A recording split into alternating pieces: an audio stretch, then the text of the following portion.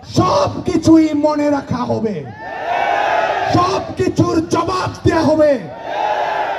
হলে হলে তামাশা যারা করছে, সাধারণ শিক্ষার্থীদেরকে নিয়ে পাবলিক শেমিং যারা করছে, ছাত্রলীগের ইতিহাস তো জানা নেই, একটি ঘটনাও জবাব ছাড়া দেয়া হবে না।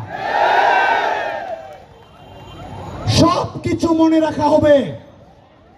সে কারণেই, এবং এটিও মনে রাখবেন, কোথায় কে কি করছেন না করছেন সবকিছু আমরা দেখছি, জানছি, অবগত থাকছি। যা করবেন বুঝে শুনে কাজ করবেন।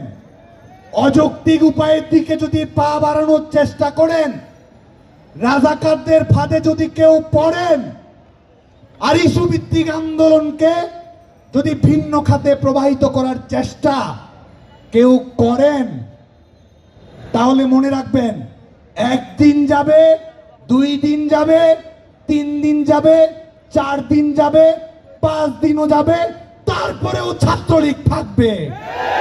এবং তখন আমরা দেখে নেব কত ধানে কত চাল হয়, বাংলাদেশ ছাত্রলীগ দেখে নেবে।